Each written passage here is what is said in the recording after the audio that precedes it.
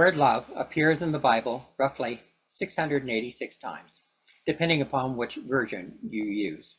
It appears 261 times in the New Testament alone, and 14 times in the Gospel of Luke. If you're counting, the Gospel of John holds the record at 39 times that the word love appears there.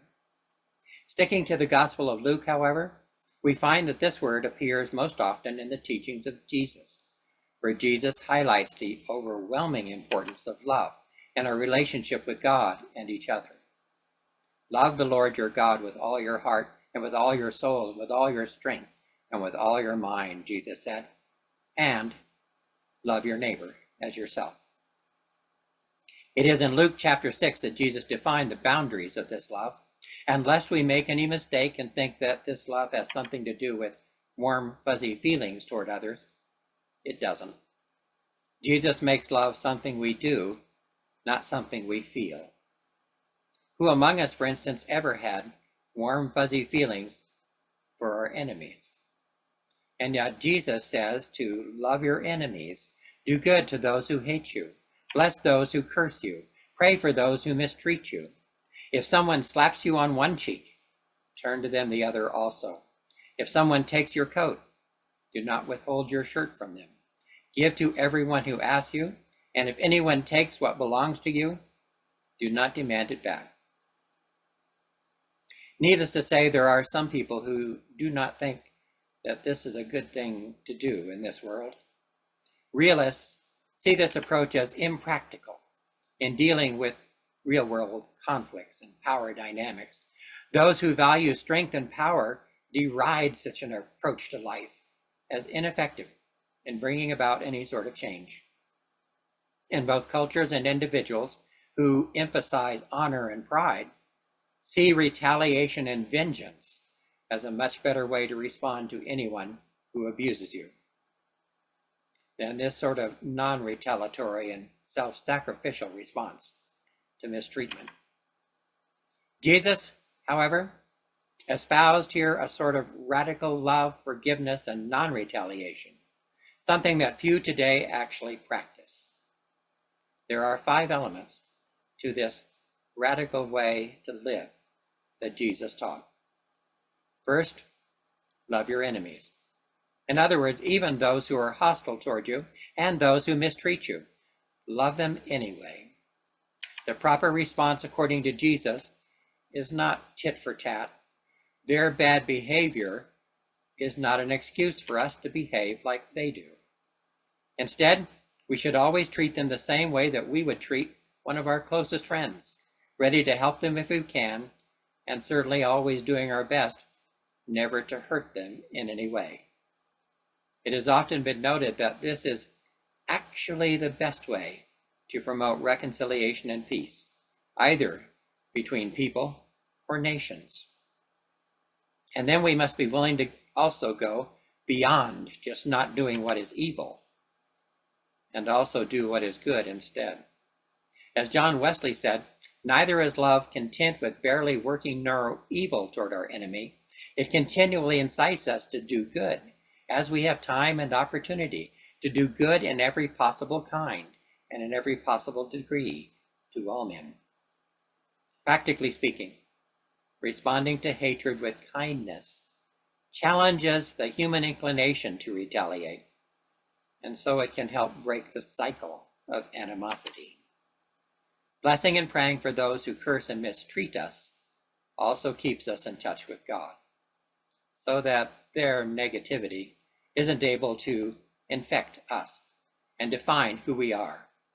Strangely enough, praying for others in this way also has the power to make us more compassionate and more willing to forgive. Maybe that is something that just happens when we are in the presence of God. Personally, I think it's just really hard to hate people when you know that God still loves them. But then, turning the other cheek. That surely has to be the hardest part of this teaching. This metaphor has come to signify an extraordinary level of patience and restraint, something that surely only a saint could manage. In fact, it just seems dumb to most of us, almost cowardly, to allow someone to hurt you without actively trying to hurt them back. However, nonviolence has historically been one of the best ways to end violence. It is, in fact, a way for us to absorb and then diffuse violence instead of escalating it.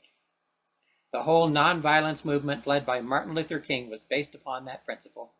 They marched and they sang and refused to hate or to ever return in kind the violence of others toward them.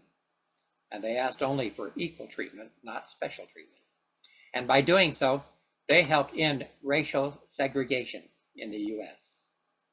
Elsewhere around the world, there have been similar movements.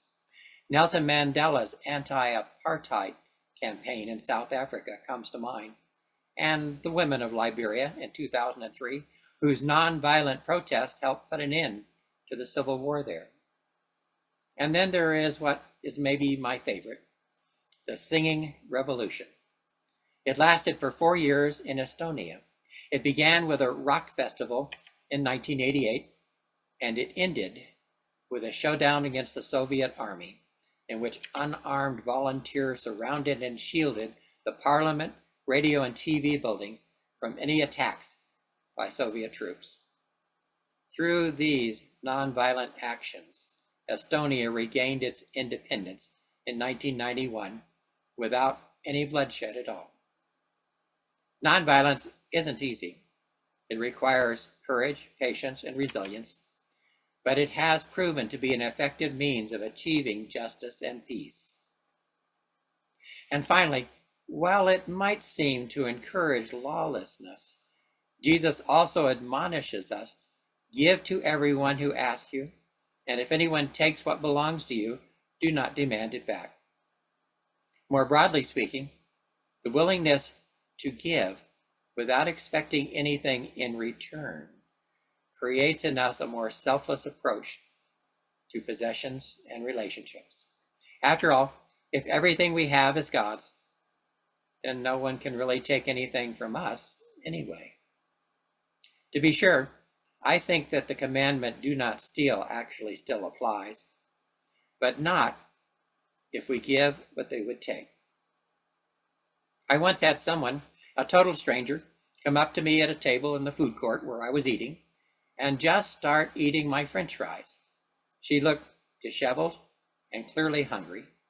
I didn't know who she was, so I just pushed my plate over to her and let her eat. She ate quickly and left without ever saying a word. Technically, that was stealing, but not really, because I thought of it as just sharing. Whenever someone starts complaining to me about how government programs that feed the poor or help the helpless amount to stealing from their pocket, I like to tell people that I do not see those people as stealing anything from me. I see that as me and a whole lot of other people joining together to share the blessings of God with those in need. I am saddened and even angry about the recent moves to end such programs, both here and abroad, because I believe that it is short-sighted, cruel, and not in keeping with the teachings of Jesus.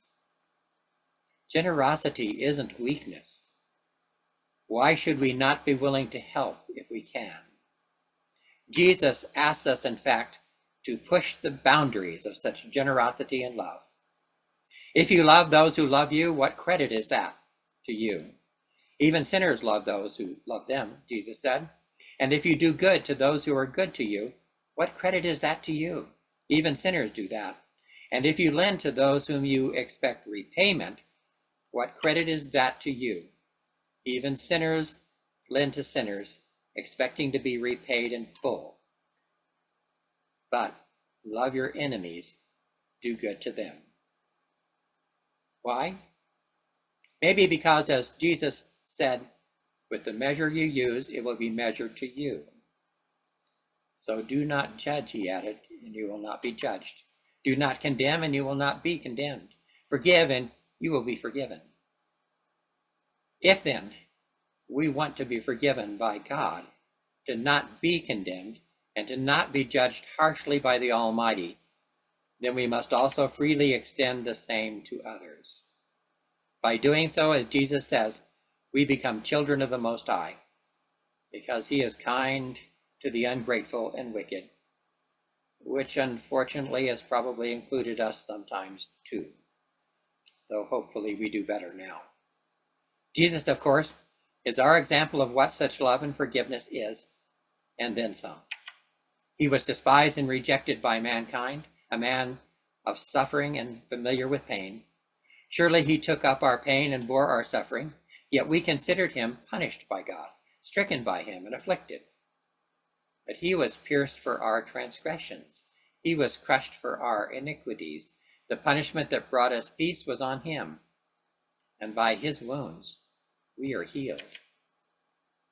Ever since that day, when Jesus died upon the cross, when God so loved us, we have been given this task of loving all those whom God loves, without exception. There are in fact no exceptions now for not loving others, and certainly no excuse for hate. There are no boundaries beyond which this call to love one another does not apply. Jesus broke the boundary between heaven and earth, and now we are asked to break some boundaries too. The boundaries of his love are infinite. Therefore, we have to extend the boundaries of our love as well. God has been merciful to us. Therefore, we must be merciful to others. And we can afford to be kind now because God has been kind to us. Therefore, this great commandment from Jesus, to do to others as you would have them do to you, remains, if you will, our prime directive. And now it even surpasses perhaps the law of Moses, whether or not that seems to you to be at all practical in this world. We know now that an eye for an eye only leads to more people who are blind. Jesus is the light of the world. I think that following this great commandment to love one another is also now our only hope. That, maybe on those bad days when we are a little less patient and less kind than we should be, and maybe also perhaps more selfish and less generous than we should be, then maybe they, meaning our friends and our enemies alike, will decide not to be like us at all. But instead, they will be more like Jesus. And so remind us that we need to be more like Jesus too. Be safe, and God bless you.